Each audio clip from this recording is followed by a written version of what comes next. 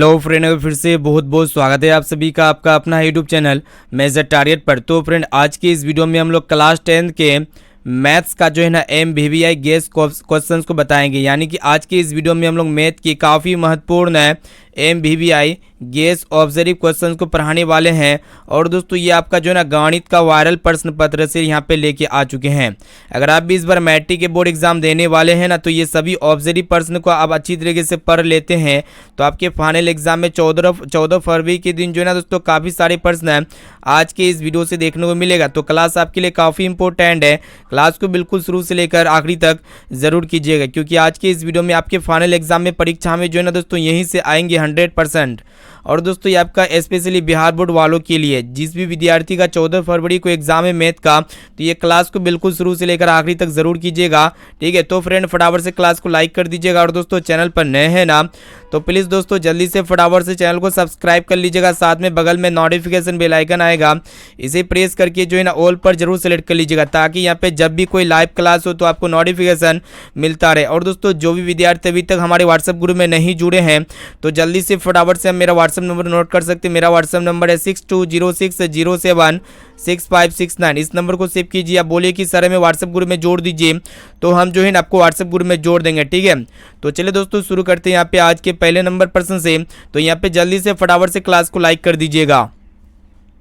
तो फ्रेंड, यहाँ पे जो है ना आप कॉपी कलम उठाइए और यहाँ पे आप भी जो है ना एक एक क्वेश्चंस को सोल्व करने का कोशिश कीजिएगा। ठीक है, चलिए फ्रेंड, यहाँ पे देखिएगा आज का फर्स्ट प्रश्न जो कि आपके बोर्ड एग्जाम के लिए अत्यंत ही महत्वपूर्ण है और आपके बोर्ड एग्जाम में पूछे जा सकते हैं। इस तरह के प्रश्न आपके एग्जाम में एक ना एक प्रश्न रहते हैं। ठीक है, तो यहाँ पे आपको बताना है कि दो संख्याओं a और 18 का लस जो है ना 36 दिया गया। ठीक है, तथा मस 2 है। तो यहाँ पे आपसे पूछ रहा है कि a का मान क्या होगा। ठीक है, तो फ्रेंड यहाँ पे दो संख्या दिया गया है, पहली संख्या a है और दूसरी संख्या 18 है।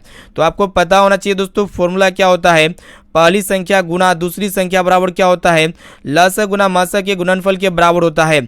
यानी कि यहाँ पे देखिएगा दोस्तों, लस का मान कितना दिया गया है, 36 दिया गया है। तो 36 को हम लोग किससे गुना करेंगे, मस यानी कि 2 के साथ गुना कर देंगे। कहने का अर्थ है कि दो संख्याओं का गुणनफल जो होते हैं ना, ये लस गुना मस के गुणनफल के बराबर होते हैं। तो फ्रेंड, यहाँ पे पहली संख्या का मान कितना दिया गया है, a दिया गया है। तो यहाँ पे पहली संख्या की जगह a लिखेंगे। और दोस्तों, यहाँ पे दूसरी संख्या को देखिएगा 18 है। तो यहाँ पे क्या हो जाएगा दोस्तों, a गुना 18 बराबर 36 गुना 2 हो जाएगा। इसको ऐसे जराने दीजिए, इसको कुछ भी मत कीजिए। ठीक है, तो फ्रेंड यहाँ पे देखिएगा आपसे क्या पूछ रहा है कि a का वैल्यू क्या होगा। ठीक है, तो हम लोग यहाँ पे क्या करेंगे कि a को ऐसे छोड़ देंगे। उसके बाद यहाँ पे देखिएगा दोस्तों 36 गुना 2 और यहाँ पे 18 गुना में है ना, तो ये राइट साइड में जाएगा तो क्या हो जाएगा दोस्तों, बटे हो जाएगा। ठीक है, तो 36 गुना 2 बटे 18 हो जाएगा। तो यहाँ पे इसको जब काटेंगे तो 18 दूना 36 हो जाएगा। तो यहाँ पे देखिएगा दोस्तों कितना बचा, 2 गुना 2 बचा। ठीक है, तो यहाँ पे हम लोग क्या करेंगे कि 2 को 2 से गुना करेंगे तो यहाँ पे आपका कितना प्राप्त होगा, 4 प्राप्त होगा। तो देख सकते हैं यहाँ पे ऑप्शन सी में आपका दिया गया है 4, यानी कि यहाँ पे सी वाला ऑप्शन जो है ना बिल्कुल ही करेक्ट आंसर हो जाएगा। उम्मीद करते हैं प्रश्न जो है आपको काफी अच्छी तरीके से समझ में आ चुका होगा। तो जब भी इस तरह का प्रश्न पूछे जाए तो यहाँ पे आपको ये फॉर्मूला आपको लगाना पड़ेगा, यानी कि पहली संख्या गुना दूसरी संख्या बराबर क्या होते हैं दोस्तों, लस गुना मस के गुणनफल के बराबर होते हैं। ठीक है, अब चलिए फ्रेंड देखते हैं यहाँ पे दूसरा नंबर प्रश्न भी बहुत ही इंपॉर्टेंट आपके एग्जाम के लिए। ये भी प्रश्न जो है आपके एग्जाम में 100% पूछे जाएंगे। तो यहाँ पे आपसे पूछ रहा है कि 3 + √3 इंटू 3 - √3 एक परिमेय संख्या है क्या। यहाँ पे हाँ या नहीं में जवाब देना है। ठीक है, तो चलिए दोस्तों इसको जो है ना सबसे पहले सोल्व करते हैं। तो यहाँ पे क्या दिया गया है कि 3 + √3 है, फिर गुणा में 3 - √3 है। तो एक बार हम लोग क्या करते हैं, इसको उतार लेते हैं। 3 प्लस यहाँ पे √3 दिया गया है, फिर यहाँ पे आपका है 3 - √3। ठीक है, तो फ्रेंड आपको पता होना चाहिए ये a + b into a - b के फॉर्म में है। तो यहाँ पे एक फॉर्मूला होता है दोस्तों, इसको अच्छी तरीके से याद कर लीजिए। a + b into a - b बराबर क्या होते हैं, a² - b² होते हैं। ठीक है, तो यहाँ पे a कौन है दोस्तों, 3 है। तो यहाँ पे 3 का स्क्वायर कर देंगे। फिर यहाँ पे माइनस है, b कौन है, यहाँ पे देखिएगा √3 है। तो यहाँ पे हम लोग क्या करेंगे कि √3 का होल स्क्वायर कर देंगे। तो इसको सोल्व करते हैं तो फ्रेंड यहाँ पे 3 का स्क्वायर 9 हो जाएगा। और यहाँ पे क्या होगा कि स्क्वायर से रूट कैंसिल हो गया, कितना आएगा, 3 आएगा। तो यहाँ पे 9 में जब 3 को घट्टे आएंगे तो यानी कि दोनों का अंतर कितना प्राप्त होगा, 6 होगा। ठीक है, और दोस्तों यहाँ पे आपको पता होना चाहिए 6 को हम लोग क्या लिख सकते हैं, 6/1 यानी कि p/q के रूप में लिख सकते हैं। तो जिस भी संख्या को p/q के रूप में लिख सकते हैं तो वो एक प्रकार का क्या होता है दोस्तों, परिमेय संख्या होती है। यानी कि इसका जवाब क्या हो जाएगा दोस्तों, हाँ हो जाएगा। यहाँ पे ए वाला ऑप्शन जो है ना बिल्कुल ही करेक्ट आंसर हो जाएगा। उम्मीद करते हैं प्रश्न जो है आपको काफी अच्छी तरीके से समझ में आ चुका होगा। अब चलिए फ्रेंड देखते हैं यहाँ पे नेक्स्ट क्वेश्चन की तरफ बढ़ चलते हैं, जो कि आपके बोर्ड एग्जाम के लिए अत्यंत ही महत्वपूर्ण है। ठीक है, तो इस प्रश्न को भी जो है ना आप अच्छी तरीके से याद कर लीजिएगा। तो यहाँ पे आपको बताना है कि 1.34 को परिमेय संख्या के रूप में लिखे। ठीक है, तो काफी सिंपल प्रश्न है। तो फ्रेंड यहाँ पे क्या है कि यह एक प्रकार का शांत दशमलव प्रसार है। ठीक है, और यहाँ पे शांत दशमलव प्रसार जो भी होते हैं ना, तो उसको हम लोग परिमेय संख्या यानी कि P/Q के रूप में इजीली लिख सकते हैं। तो कैसे लिखेंगे, देखिएगा जो शांत दशमलव प्रसार है ना, उसको यहाँ पे रफ में एक बार उतार लेना है। तो यहाँ पे 1.34 दिया गया है। ठीक है, उसके बाद क्या करना है दोस्तों, इसको P/Q के रूप में लिखेंगे। तो हम लोग क्या करेंगे कि पॉइंट उड़ाएंगे, दशमलव हटेगा, तो इसके बदले में हर में कितना आएगा दोस्तों, 1 आएगा। उसके बाद यहाँ पे देखिएगा दशमलव के बाद कितना अंक है, तो 2 अंक है, तो यहाँ पे 2 0 हो जाएगा। ठीक है, उसके बाद यहाँ पे कितना प्राप्त हुआ दोस्तों, 134/100 प्राप्त हुआ। ठीक है, उसके बाद हम लोग क्या करेंगे, इसको काटेंगे। तो यहाँ पे किससे कटेगा, 2 से कटेगा, तो 2 चौके 12 हो जाएगा, 2 7 14 हो जाएगा। उसके बाद यहाँ पे 50 दूना 100 हो जाएगा। तो यहाँ पे देखिएगा दोस्तों कितना आ गया, 67/50 आ गया। ठीक है, तो यहाँ पे देखिएगा P/Q के फॉर्म में आ चुका है, यानी कि यहाँ पे 67/50, इसका ऑप्शन नंबर बी जो है ना बिल्कुल ही करेक्ट आंसर हो जाएगा। ठीक है दोस्तों, ये प्रश्न जो है ना आपके बोर्ड एग्जाम में 100% पूछे जाएंगे। इस तरह के प्रश्न जो है ना एग्जाम में आते ही आते हैं। ठीक है, या तो शांत दशमलव प्रसार को पूछ लेगा परिमेय संख्या के रूप में लिखने के लिए, या फिर अशांत आवृत्ति को पूछ लेगा परिमेय संख्या के रूप में लिखने के लिए। अब चलिए फ्रेंड देखते हैं यहाँ पे नेक्स्ट क्वेश्चन की तरफ बढ़ चलते हैं। उससे पहले जो भी विद्यार्थी अभी तक इस क्लास को लाइक नहीं किए, तो फटाफट से क्लास को लाइक कर दीजिएगा। और दोस्तों चैनल पर नए हैं ना, तो प्लीज़ दोस्तों जल्दी से आप फटाफट से चैनल को सब्सक्राइब कर लीजिएगा। ठीक है, बगल में नोटिफिकेशन बेल आइकन आएगा, इसे प्रेस करके जो है ना ऑल पर जरूर सेलेक्ट कर लीजिएगा, क्योंकि ये क्लास जो है ना काफ़ी धमाकेदार हो रहा है। ठीक है, क्लास को बिल्कुल शुरू से लेकर आखिरी तक जरूर कीजिएगा। चलिए फ्रेंड देखते हैं यहाँ पे चौथा नंबर प्रश्न भी बहुत ही इंपॉर्टेंट आपके बोर्ड एग्जाम के लिए।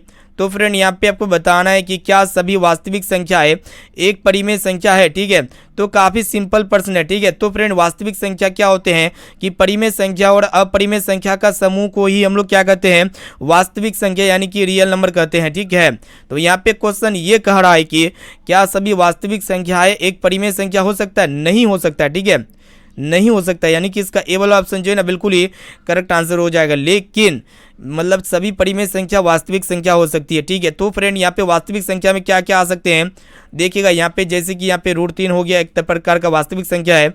इनके अलावा 1/2 ये भी वास्तविक संख्या है। इनके अलावा पाई ये भी वास्तविक संख्या है। ये सब क्या है दोस्तों, आपका वास्तविक संख्या है। देखिएगा √3 कभी परिमेय संख्या हो सकता है, नहीं हो सकता है।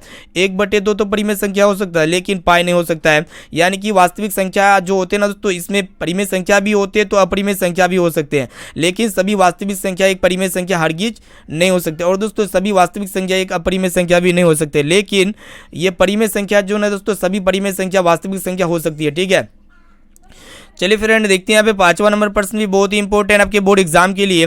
तो फ्रेंड इस प्रश्न को भी अच्छी तरीके से याद कर लीजिएगा। तो प्रश्न ये करा है कि यहाँ पे आपको बताना है कि 0.23 को परिमेय संख्या के रूप में लिखे। ठीक है, तो काफ़ी सिंपल प्रश्न है। ठीक है, तो यहाँ पे क्या हो रहा है दोस्तों, 2 3 2 3 2 3 2 3 बार बार आ रहा है। ठीक है, यानी कि जो संख्या बार बार आएगी ना, जो अंक बार बार आएगी, तो उसके ऊपर हम लोग रेकरिंग चढ़ा सकते हैं, यानी कि आवर्ती इसके ऊपर लिख सकते हैं। तो यहाँ पे क्या हो गया दोस्तों, 0.23 के ऊपर बार कह सकते हैं। ठीक है, इसको हम लोग क्या करेंगे कि परिमेय संख्या के रूप में लिखेंगे। तो परिमेय संख्या के रूप में कैसे लिखेंगे, तो सबसे पहले आपको क्या करना होगा दोस्तों, दशमलव को हटा करके संख्या को आपको सिंपलेस्ट फॉर्म में लिख देना होगा। ठीक है, तो यहाँ पे देखिएगा 0.23 के ऊपर बार था, तो हम लोग क्या किए, 23 को लिख दिए हैं, फिर यहाँ पे माइनस करना होता है। ठीक है, उसके बाद क्या करना होता है दोस्तों, दशमलव के बाद अनावर्ती अंकों से बनी संख्या, कहने का अर्थ है कि जिसके ऊपर रेकरिंग चढ़ा होता है ना दशमलव के बाद, उसको छोड़ करके क्या कौन सा संख्या है, तो कुछ भी संख्या नहीं, यानी कि 0 बचा हुआ है। उसके बाद यहाँ पे बटे करना होता है दोस्तों, दशमलव के बाद देखिएगा 10 के पावर क्या हो जाएगा, दशमलव के बाद अंकों की संख्या, देखिएगा कितना अंक है दोस्तों, दशमलव के बाद तो 2 अंक है, तो यहाँ पे 2 हो जाएगा। फिर यहाँ पे 10 के पावर आपको चूज करना होता है। 10 के पावर क्या चूज करना होता है कि दशमलव के बाद अनावर्ती अंकों से बनी संख्या कुछ भी नहीं है, तो यहाँ पे 0 हो जाएगा। ठीक है, तो यहाँ पे देखिएगा दोस्तों 23 में 0 को घटाएंगे तो कितना हो जाएगा, 23 हो जाएगा। फिर यहाँ पे एक मतलब 10 का स्क्वायर कितना हो जाएगा, 100 हो जाएगा। फिर माइनस करेंगे, 10 के पावर 0 का मतलब कितना होता है, 1 होता है। ठीक है, तो यहाँ पे आपका हो जाएगा 23/100 में 1 गया, कितना हो जाएगा दोस्तों, 99 हो गया, यानी कि 23/99, जो कि यहाँ पे बी ऑप्शन में दिया गया है। यहाँ पे बी वाला ऑप्शन जो है ना बिल्कुल ही करेक्ट आंसर हो जाएगा। ठीक है, तो सबसे पहले आपको क्या करना होगा कि जो भी संख्या को परिमेय संख्या में पूछे, यह एक प्रकार का सबसे पहले जो है ना दोस्तों अशांत आवर्ती दशमलव प्रसार, ये शांत नहीं है अशांत है, तो इसको हम लोग जो है ना कुछ इस प्रकार लिख सकते हैं। तो सबसे पहले आपको क्या करना है कि दशमलव को हटा करके संख्या को उसी क्रम में लिख देना है, ठीक है। जैसे कि यहाँ पे 0.23 है के ऊपर बार है, तो हम लोग क्या किए हैं कि 23 सिर्फ और सिर्फ लिख चुके हैं, उसके बाद माइनस करना है। उसके बाद दशमलव के बाद अनावर्ती अंकों से बनी संख्या, कहने का अर्थ है कि जिसके ऊपर रेकरिंग होता है ना, तो उसको छोड़ करके जो संख्या बचता वही हो गया। तो यहाँ पे 0 हो गया, फिर बटे करेंगे, फिर यहाँ पे 10 के पावर 2, यानी कि कहने का अर्थ है कि दशमलव के बाद कितना अंक है टोटल, तो यहाँ पे 2 है, फिर यहाँ पे माइनस करना होता है, फिर यहाँ पे दशमलव के बाद अनावर्ती अंकों से बनी संख्या कुछ भी संख्या नहीं, तो यहाँ पे 0 हो जाएगा।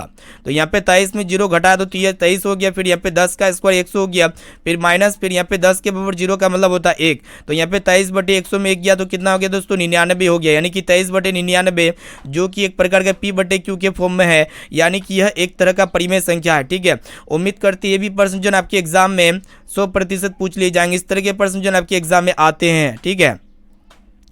अब चलिए फ्रेंड देखते हैं यहाँ पे नेक्स्ट क्वेश्चन की तरफ बढ़ चलते हैं। तो फ्रेंड यहाँ पे 6ठा नंबर प्रश्न भी बहुत ही इंपॉर्टेंट आपके एग्जाम के लिए। तो यहाँ पे आपको बताना है कि द्विघात बहुपद x into 2x minus 5 minus 3 के शून्यकों का योग क्या होगा, ठीक है। तो सबसे पहले देखिएगा दोस्तों, जो द्विघात बहुपद दिया गया है ना, इसको हम लोग क्या करेंगे द्विघात बहुपद के रूप में लिखेंगे, ठीक है। तो यहाँ पे देखिएगा x इंटू 2x माइनस 5 है, तो हम लोग क्या करेंगे कि x को पहले जो है ना 2x के साथ गुना करेंगे, ठीक है। तो यहाँ पे x को जब 2x के साथ गुना करेंगे तो 2x स्क्वायर हो जाएगा, फिर यहाँ पे माइनस देंगे, फिर यहाँ पे देखिएगा दोस्तों 5 को जब x के साथ गुना करेंगे तो 5x हो जाएगा, फिर यहाँ पे -3 है तो -3 को रहने देंगे ऐसे, ठीक है।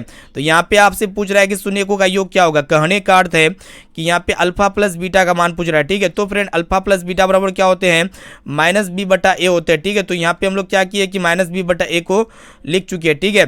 तो फ्रेंड यहाँ पे देखिएगा माइनस पहले से तो माइनस को लिख देंगे, फिर यहाँ पे b जो होते हैं ना x का गुणांक होते हैं, जो कि यहाँ पे -5 दिया गया है, तो यहाँ पे -5 को उतार देंगे, फिर यहाँ पे a जो होते हैं ना x स्क्वायर का गुणांक जो कि यहाँ पे 2 है, तो यहाँ पे 2 को लिख देंगे, ठीक है। तो फ्रेंड यहाँ पे क्या होगा कि माइनस गुना माइनस क्या होते हैं प्लस होते हैं, फिर यहाँ पे बटा 2, यानी कि 5/2, जो कि यहाँ पे ऑप्शन डी में आपका दिया गया है, यानी कि इसका डी वाला ऑप्शन जो है ना बिल्कुल ही करेक्ट आंसर हो जाएगा, ठीक है। तो फ्रेंड ये काफ़ी सिंपल प्रश्न था। अगर यहाँ पे आपसे पूछे कि शून्यकों का गुणनफल क्या होगा, तो यहाँ पे हम लोग क्या करेंगे अल्फा इंटू बीटा कर देंगे, ठीक है। अल्फा इंटू बीटा बराबर क्या होते हैं c/a होते हैं। तो यहाँ पे c जो देख सकते हैं यहाँ पे -3 है, तो यहाँ पे -3 लिख देंगे, और ये जो यहाँ पे 2 है, तो यहाँ पे -3/2, यह एक प्रकार का शून्यकों का गुणनफल हो जाएगा, ठीक है। अब चलिए फ्रेंड देखते हैं यहाँ पे 7वां नंबर प्रश्न भी बहुत ही इंपॉर्टेंट आपके एग्जाम के लिए। ये भी प्रश्न जो है आपके बोर्ड एग्जाम में 100% पूछे जाएंगे। तो यहाँ पे आपको बताना है कि निम्न में से मतलब किस द्विघात बहुपद के शून्यकों का गुणनफल 3 और यहाँ पे योगफल यहाँ पे 3 दिया गया है, और यहाँ पे गुणनफल -10 है, ठीक है। तो चलिए दोस्तों इसको हम लोग फटाफट से शानदार तरीके से हल करते हैं, ठीक है। तो सबसे पहले यहाँ पे आपको पता होना चाहिए शून्यकों का गुणनफल यानी कि योगफल जो दिया गया है, कहने का अर्थ है कि यहाँ पे अल्फा प्लस बीटा का मान कितना दिया गया है 3 दिया गया है, ठीक है। और यहाँ पे अल्फा इंटू बीटा का मान कितना दिया गया है दोस्तों -10 दिया गया है, तो यहाँ पे -10 को उतार लेंगे, ठीक है। और यहाँ पे आपसे पूछ रहा है कि द्विघात बहुपद ज्ञात करना होगा, ठीक है। तो फ्रेंड यहाँ पे द्विघात बहुपद बराबर क्या होते हैं देखिएगा, फॉर्मूला क्या होते हैं a into x square minus alpha plus beta into x plus alpha into beta, ठीक है। तो इस फॉर्मूला को अच्छी तरीके से याद रखिए, ठीक है। तो फॉर्मूला ये होता है द्विघात बहुपद को ज्ञात करने के लिए a into x square minus alpha plus beta into x plus alpha into beta, ठीक है। तो फ्रेंड यहाँ पे a को अभी ऐसे रहने देते हैं, ठीक है, a को ऐसे रहने देते हैं। तो यहाँ पे एक्स स्क्वायर है तो एक्स स्क्वायर को भी रहने देते हैं, माइनस अल्फा प्लस बीटा का मान को देखिएगा कितना दिया गया है 3 दिया गया है, तो यहाँ पे 3 लिख देंगे, और यहाँ पे x है तो x 3x के साथ गुना हो जाएगा 3x हो जाएगा, फिर प्लस, और दोस्तों यहाँ पे प्लस माइनस क्या हो जाएगा माइनस हो जाएगा, ठीक है। तो यहाँ पे 10 हो गया, ठीक है। अल्फा इंटू बीटा बराबर क्या हो जाएगा 10। तो फ्रेंड आपको पता होना चाहिए ये जो होते हैं ना हरों का एलसीएम होते हैं, यहाँ पे जितने भी संख्या इसके नीचे में 1 छिपा हुआ है, तो यहाँ पे हम लोग क्या करेंगे a के जगह 1 लिख देंगे, ठीक है। तो यहाँ पे आपका हो जाएगा दोस्तों x square minus 3x minus 10, ठीक है। उसके बाद हम लोग क्या करेंगे इसको 1 से गुणा कर देंगे, तो यहाँ पे आपका बचेगा कितना x square minus 3x minus 10, ठीक है। यानी कि ये आपका द्विघात बहुपद हो गया, ठीक है। तो देखिएगा यहाँ पे कौन सा ऑप्शन में दिया गया है x square minus 3x minus 10, जो कि यहाँ पे ऑप्शन सी में है, इसीलिए यहाँ पे सी वाला ऑप्शन जो है ना बिल्कुल ही करेक्ट आंसर हो जाएगा। तो जब भी इस तरह के प्रश्न आपके बोर्ड एग्जाम में पूछा जाएगा तो कुछ इस प्रकार आप इसको सोल्व कीजिएगा, ठीक है। अब चलिए फ्रेंड देखते हैं यहाँ पे नेक्स्ट क्वेश्चन की तरफ बढ़ चलते हैं, जो कि आपके बोर्ड एग्जाम के लिए मोस्ट इंपोर्टेंट है। तो फ्रेंड यहाँ पे देखिएगा प्रश्न ये कराएगी द्विघात बहुपद एक्स स्क्वायर प्लस 1/x -2 के शून्य के, ठीक है। तो चलिए दोस्तों इसको भी हम लोग जो है ना शानदार तरीके से हल करते हैं, ठीक है। तो फ्रेंड यहाँ पे देखिएगा एक्स स्क्वायर प्लस 1/6x - 2, तो हम लोग क्या करेंगे, इसको एक बार उतार लेते हैं, एक्स स्क्वायर प्लस 1/6x - 2, इसको हम लोग क्या करेंगे, शून्य के बराबर होगा। ये शून्य के बराबर होगा क्योंकि इसका हमको शून्य ज्ञात करना है। तो हम लोग क्या करेंगे, ये बटा में 6 है ना, इसको हम लोग क्या करेंगे, हटाएंगे। तो इसके लिए आप लोग क्या कीजिएगा दोस्तों, यहाँ पे देखिएगा, यहाँ पे इसके नीचे 1 और 2 के नीचे 1, तो यहाँ पे 1,6,1 का एलसीएम क्या हो जाएगा, 6 हो जाएगा। इसको सोल्व करके देखते हैं, तो यहाँ पे 6x² हो जाएगा, फिर यहाँ पे प्लस x - 6 दूना 12 हो जाएगा, ठीक है, बराबर शून्य। इसको हम लोग क्या करेंगे, तिरछा तिरछी गुना कर देंगे। तो यहाँ पे आपका बचेगा दोस्तों 6x² प्लस x - 12, फिर यहाँ पे 6 को 0 से गुना करेंगे तो 0 हो जाएगा। तो यहाँ पे देखिएगा मतलब द्विघात बहुपद का सरलतम रूप में आ चुका है, व्यापक रूप में आ चुका है। तो इसको हम लोग क्या करेंगे, शून्य ज्ञात करेंगे। तो फ्रेंड शून्य कैसे ज्ञात करते हैं, तो आपको क्या करना होता है कि यहाँ पे x² के साथ जो गुना होता है ना a, इसको आपको लास्ट वाला यानी कि c के साथ गुना होता है, गुना करना होता है। तो 12 को जब 6 से गुना करेंगे तो यहाँ पे 12 को कितना हो जाएगा, 76 हो जाएगा। फिर हम लोग क्या करेंगे, इसको एलसीएम लेंगे, तो यहाँ पे 2 × 6, उसके बाद यहाँ पे 2 × 8 = 16 हो जाएगा। देखिएगा ध्यानपूर्वक, यहाँ 12 × 72 हो जाएगा, इतना होगा दोस्तों, यहाँ पे 76 बल्कि 12 × 72 हो जाएगा। तो यहाँ पे 2 × 6 2 × 12 हो गया, फिर ये आपका 2 से कटेगा, 2 × 1 = 2, 2 × 8 = 16 हो गया, फिर यहाँ पे 2 से कटेगा, 2 × 9 = 18 हो जाएगा, फिर यहाँ पे 3 से कटेगा, ठीक है, 3 से। तो हम लोग क्या किए हैं कि 12 को जो है ना 6 से गुना कर दिए हैं। उसके बाद यहाँ पे जोड़ने या घटाने से कितना आना चाहिए दोस्तों, +1 आना चाहिए, क्योंकि यहाँ पे प्लस x है। इसके पहले यहाँ पे x के साथ एक गुना छिपा हुआ है, यानी कि आपको एक हर हालत में लेके आना पड़ेगा। तो कैसे आएगा, तो कुछ इस प्रकार इसको ऐसे तोड़िए, जैसे कि 3 × 9 हो गया, फिर यहाँ पे 2 × 2 = 4, 4 × 2 = 8। तो यहाँ पे 9 में जब 8 को घटाएंगे तो यहाँ पे ऑब्वियसली कितना आएगा, 1 आएगा। तो कहने का अर्थ है यहाँ पे आपका 6x² हो गया, फिर यहाँ पे प्लस 9x, फिर यहाँ पे प्लस यहाँ पे -8x हो जाएगा दोस्तों, फिर यहाँ पे -12 बराबर शून्य, ठीक है। अब चलिए दोस्तों यहाँ पे उभयनिष्ठ जो आता है उसको हम लोग लिख लेते हैं। तो यहाँ पे 6 और यहाँ पे 9 में उभयनिष्ठ क्या आएगा, 3 आएगा, और यहाँ पे x² और x में उभयनिष्ठ क्या आएगा, 3x आएगा ना। तो यहाँ पे अंदर में आपका कितना बच गया, तो यहाँ पे 3 × 6 x, यानी कि यहाँ पे अंदर में 2x प्लस यहाँ पे आपका प्लस हो जाएगा 3 × 9, यानी कि 3, सॉरी यहाँ पे 3 को अच्छी तरीके से लिख देते हैं। तो यहाँ पे प्लस अंदर में उभयनिष्ठ, यहाँ पे देखिएगा उभयनिष्ठ क्या आया, 6 और 9 में कॉमन आपका 3 आ गया, और x² और x में कॉमन कितना आ गया, x आ गया। तो यहाँ पे आपका कितना बचा दोस्तों, 3 बचा सिर्फ और सिर्फ, ठीक है।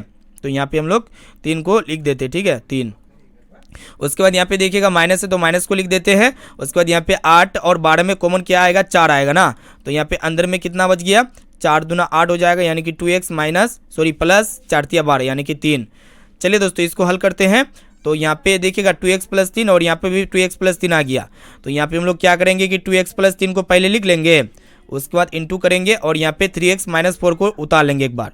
3x - 4 ये किसके बराबर हो जाएंगे, शून्य के बराबर हो जाएंगे। उसके बाद हम लोग क्या करेंगे, ये दोनों शून्य के बराबर है तो बारी बारी से दोनों को शून्य के बराबर करेंगे। तो यहाँ पे आपका हो जाएगा 2x + 3 बराबर 0 और यहाँ पे आपका हो जाएगा 3x - 4 बराबर 0। एक काम करते हैं कि 2x को ऐसे छोड़ देते हैं और यहाँ पे +3 है, जब राइट साइड में जाएगा तो -3 हो जाएगा ना।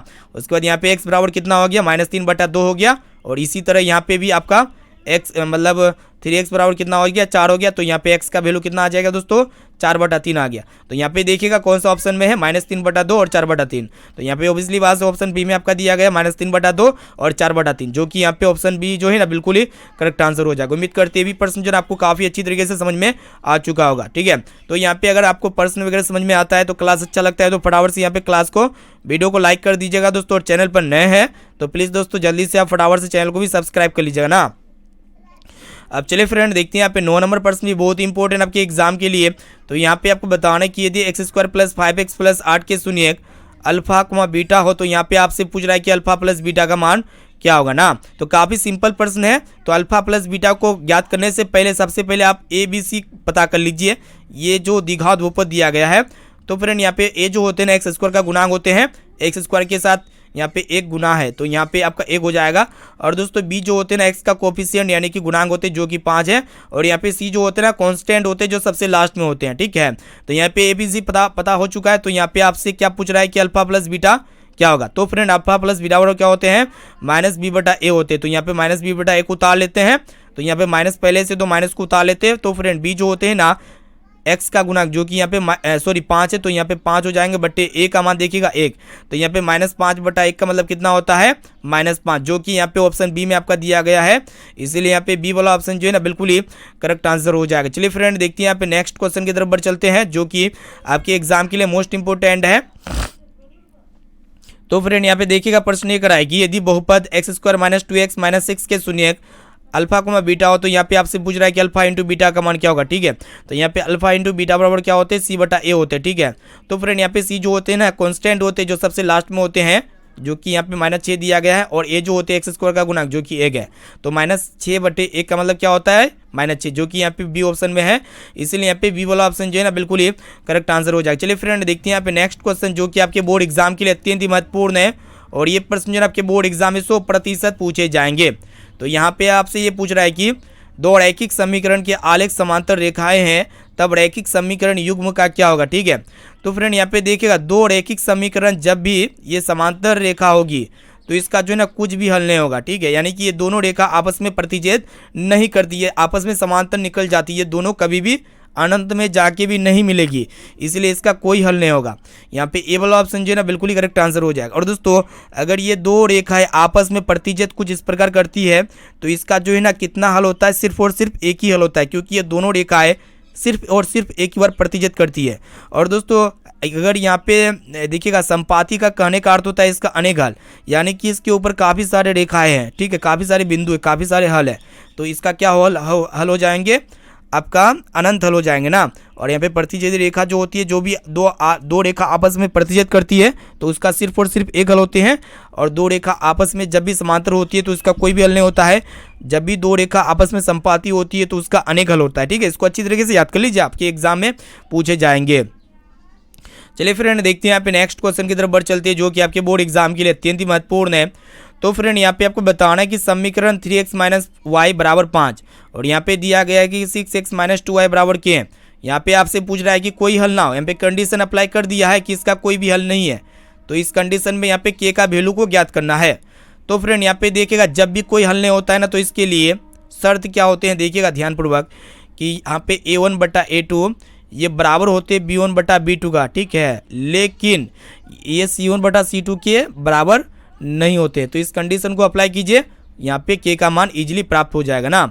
तो कोई हल ना हो तो इसके लिए अप्लाई कीजिए इस कंडीशन को। तो यहाँ पे देखिएगा दोस्तों a1 जो होते हैं ना पहले समीकरण का x का गुणांक होते हैं, जो कि यहाँ पे 3 दिया गया है, तो यहाँ पे 3 होगा बटे, और जो a2 होते हैं दूसरा समीकरण का x का गुणांक होते हैं, जो कि यहाँ पे 6 दिया गया है, ये किसके बराबर हो जाएंगे, b1/b2 के बराबर हो जाएंगे। तो यहाँ पे b1 जो होते हैं ना, यहाँ पे y के साथ गुना में क्या है -1 है, तो यहाँ पे -1/b2 जो है ना यहाँ पे देखिएगा -2 है, तो यहाँ पे -2 हो जाएंगे बराबर आपका c1/c2, ये इक्वल नहीं होंगे। c1 कहने का अर्थ है 5, और दोस्तों यहाँ पे c2 जो है ना दूसरे समीकरण, यहाँ पे c2 को देखिएगा जो कि यहाँ पे k दिया गया। ठीक है, तो यहाँ पे देखिएगा दोस्तों यहाँ पे k का मान ज्ञात करना है, तो k इसके लिए हमको ये दोनों चीज़ों की आवश्यकता है।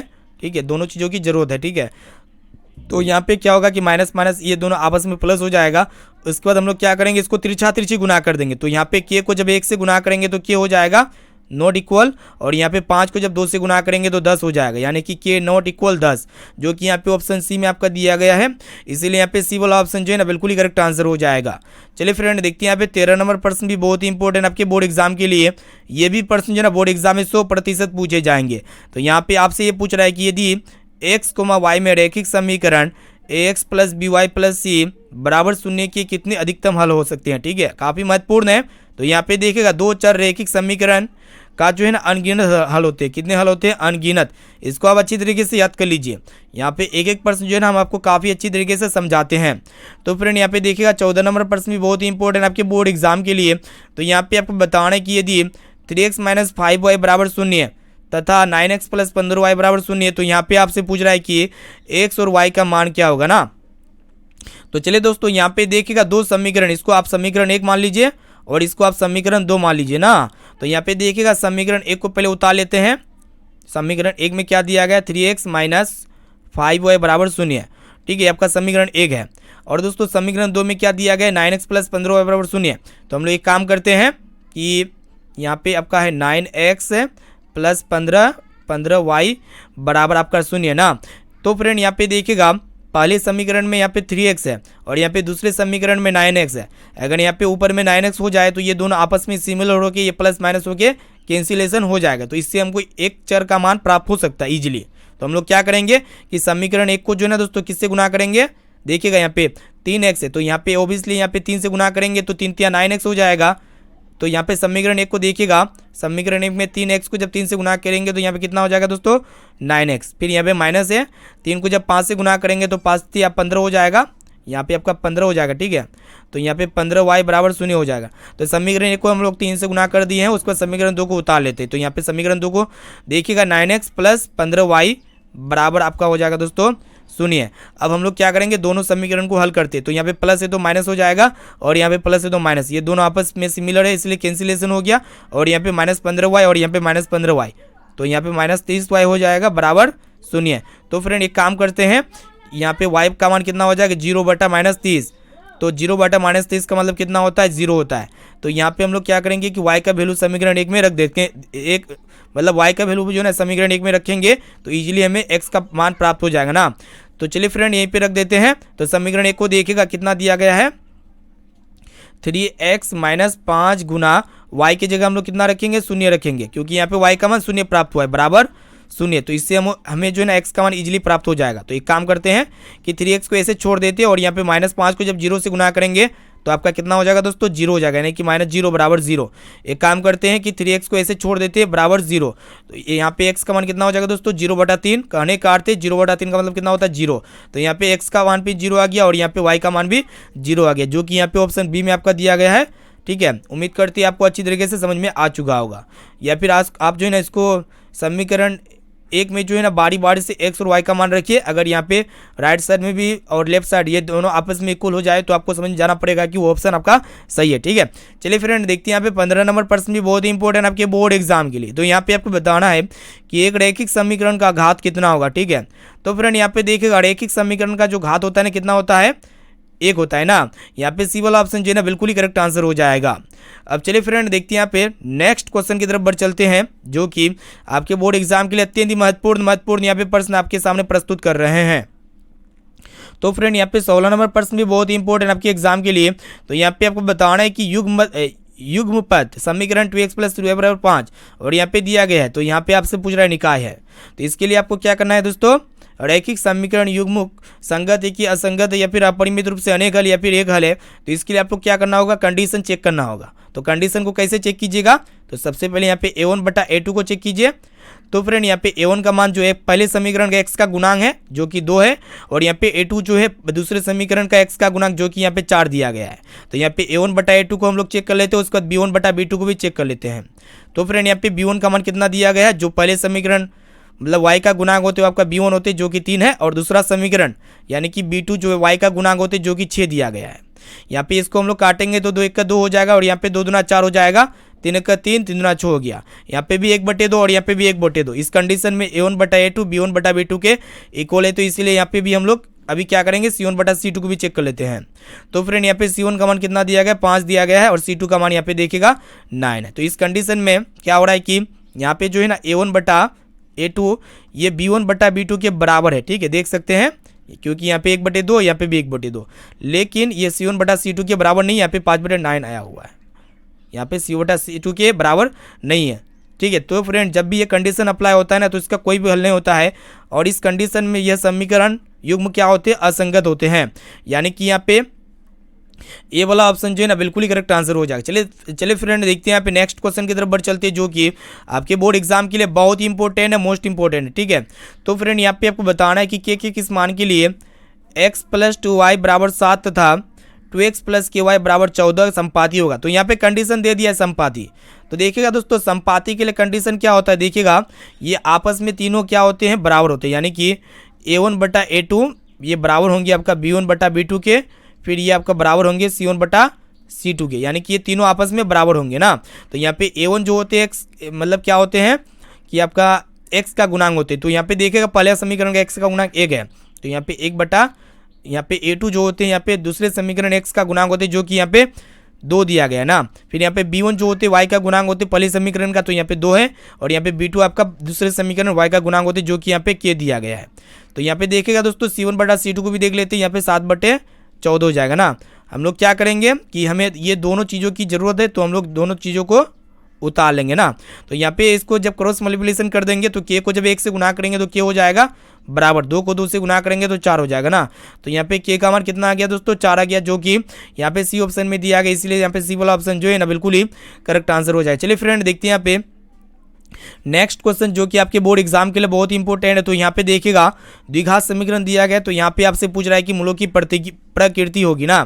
तो मूलों की प्रकृति के लिए यहाँ पे आपसे क्या पूछ रहा है कि डी का मान ज्ञात करना होगा, डी को चेक करना होगा। डी बराबर क्या होता है दोस्तों, b² - 4ac होते हैं, ठीक है। तो चलिए दोस्तों, और दोस्तों यहाँ पे b जो होते हैं ना x का गुणांक, जो कि यहाँ पे 4 है, तो यहाँ पे 4 का स्क्वायर हो जाएंगे -4ac। 4 गुना a का मान देखिएगा 4 है, फिर यहाँ पे एक मतलब c का मान 1 है। इसको जब हम लोग हल करेंगे तो यहाँ पे देखिएगा 4 × 16 हो जाएगा, -4 × 16 और गुना 1, तो यहाँ पे 16। तो यहाँ पे 16 में 16 गया, कितना हो गया, 0 हो गया।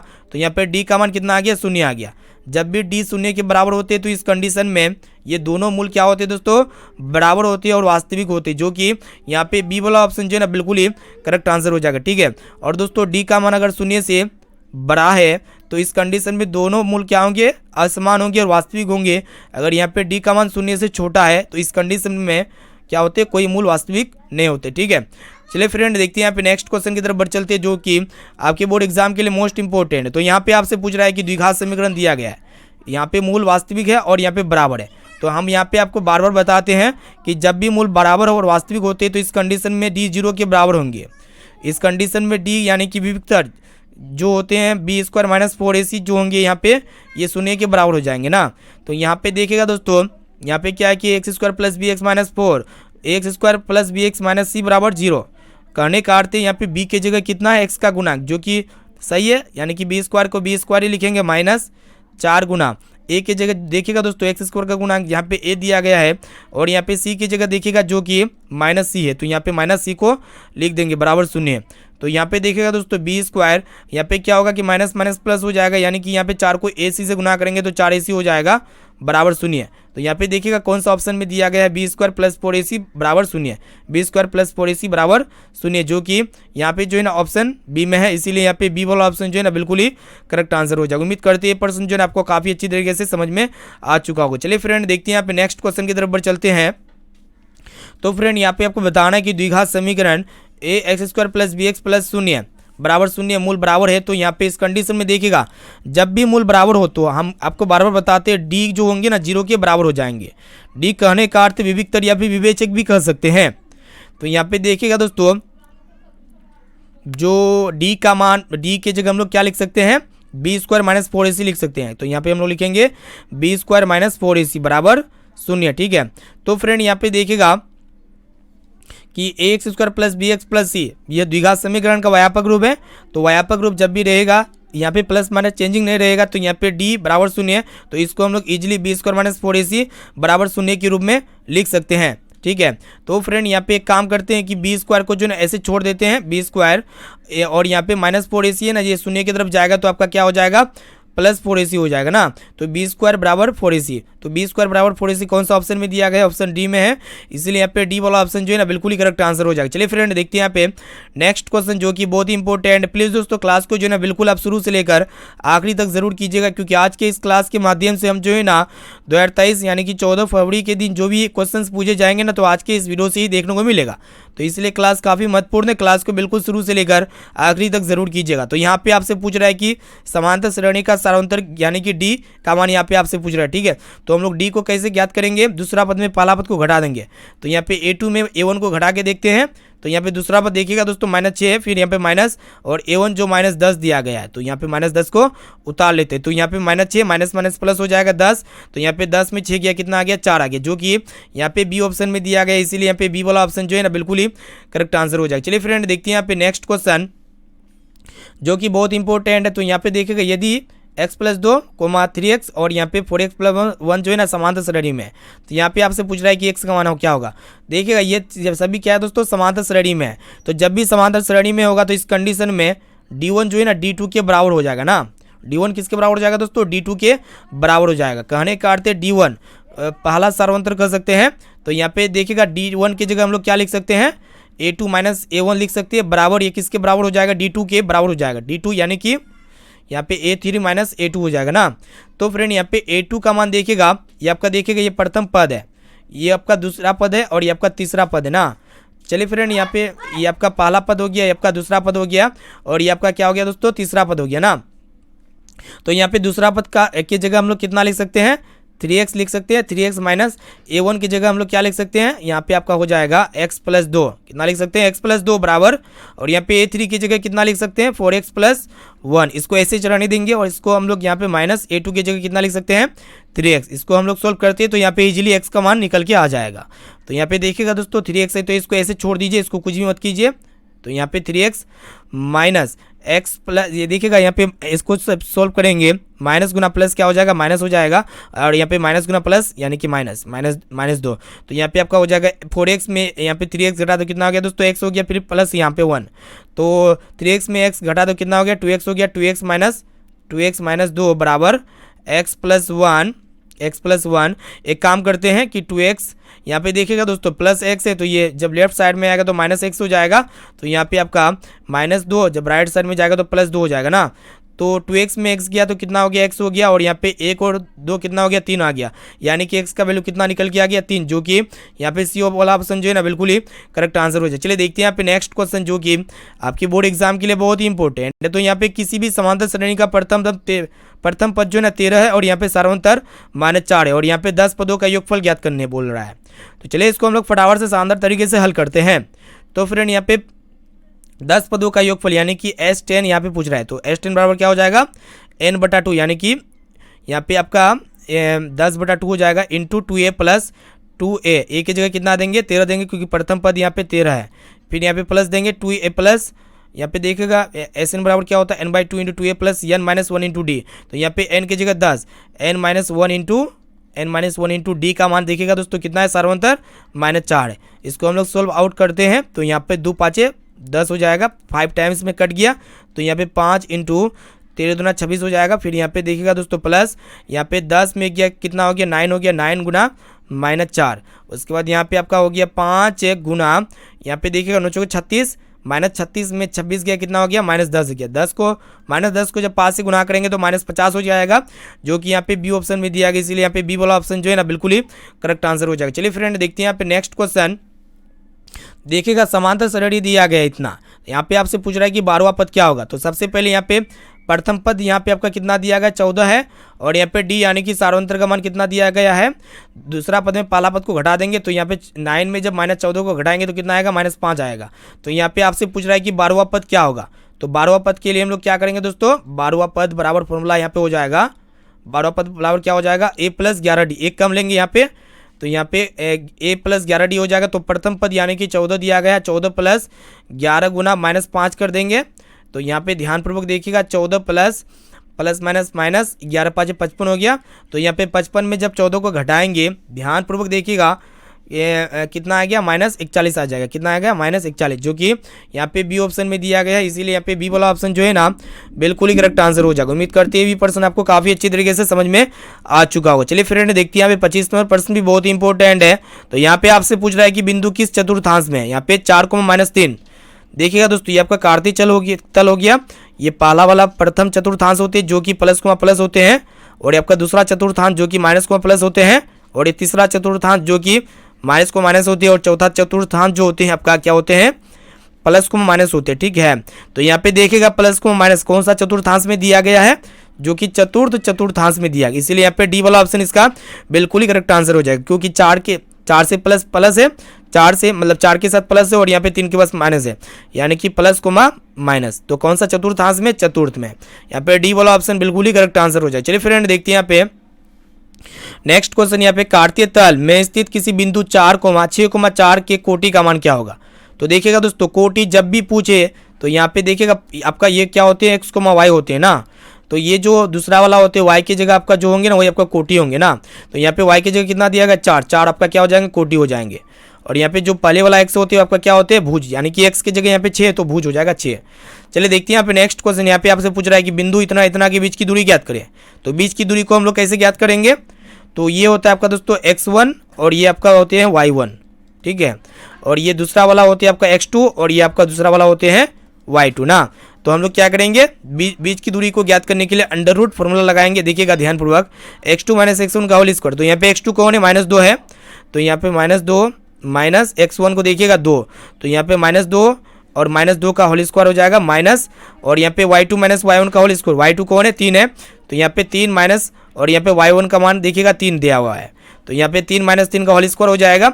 तो फ्रेंड यहाँ पे देखिएगा -2 और -2 कितना हो जाएगा, -4 हो जाएगा, यानी कि -4 का होल स्क्वायर कर देंगे, फिर माइनस हो जाएगा माइनस, यहाँ पे 3 में 3 गया कितना हो गया, 0 हो गया, तो 0 का स्क्वायर कुछ नहीं होता है। यहाँ पे देखिएगा -4 को जब 2 बार गुना करेंगे तो माइनस माइनस प्लस हो जाएगा, यानी कि +16। यहाँ +16 जो किसका स्क्वायर रूट है दोस्तों, 4 का है, जो कि यहाँ पे ऑप्शन बी में आपका दिया गया, बी वाला ऑप्शन जो है ना बिल्कुल ही करेक्ट आंसर हो जाएगा। चलिए फ्रेंड देखते हैं यहाँ पे नेक्स्ट क्वेश्चन की तरफ बढ़ चलते हैं। यहाँ पे आपसे पूछ रहा है कि बिंदु 2,3 की दूरी मूल बिंदु से होगी। तो देखिएगा मूल बिंदु से दूरी के लिए आपको एक फॉर्मूला लगाना पड़ेगा, √x² + y²। इस फॉर्मूला को फॉलो कीजिए।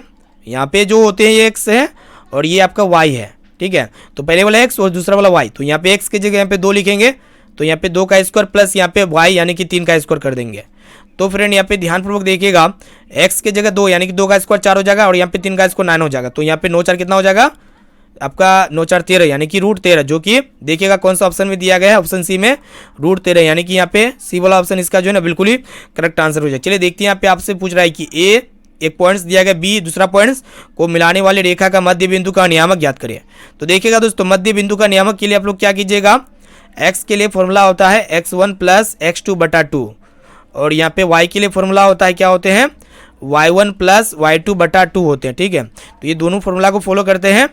तो फ्रेंड यहाँ पे x1 का मान देखिएगा 8 है, और यहाँ पे y2 का मान 4 है, तो यहाँ पे /2 कर देंगे, और यहाँ पे y1 का मान कितना दिया गया, 10 दिया गया, 10 प्लस, और y2 का मान देखिएगा 6 है, /2 कर देंगे। तो फ्रेंड यहाँ पे 8 4 कितना हो जाएगा, 12 हो जाएगा, 12/2, और यहाँ पे 16/2 हो जाएगा ना।